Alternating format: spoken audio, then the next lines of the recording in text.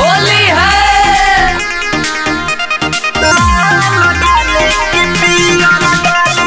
होली है म्यूजिक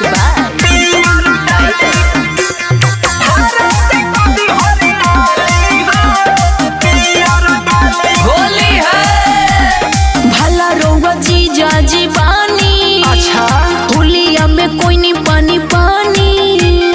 हरी जीजू छोड़िए ना। अरे सटा ना भला रोवा जीजा जी बानी। अच्छा होलिया में कोई नहीं पानी पानी। अरे मन सुनो ये साली बताओ तू हाली कौन रंगमा डाली हो अच्छा लाल डाली की पियर डाली की हरा से कभी हरियाली हो लाल डाली की पियर डाली की हरा से कभी हरियाली हो। हरी बात जीजा जी छोड़ी ना। अरे आवा ना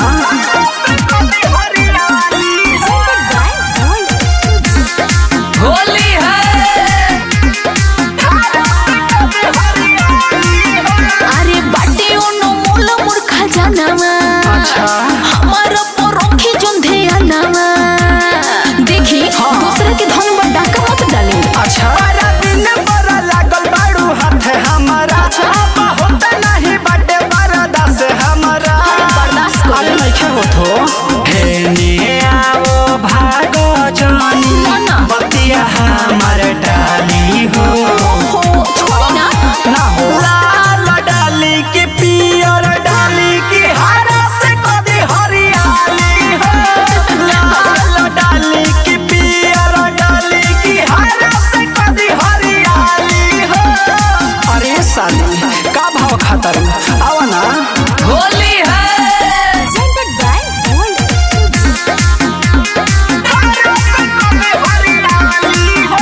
होली है अरे की सोनो कौन होया गीत लिखले। सोनू सोरीता देखे गावेले। अरे जीजा जी काहे वो कोई बानी। नया जो सौ ममा बटे मनमा में आवना चयो साली हमरा संगवा में अरे तो चली हावा पावे नजरिया लई कन के तोहरे पखाली हो साचो का जीजा जी।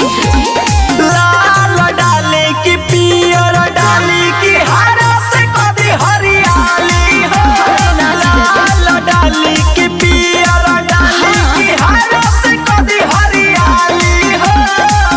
अरे तनी कमे रंगी ठंडा लगता है।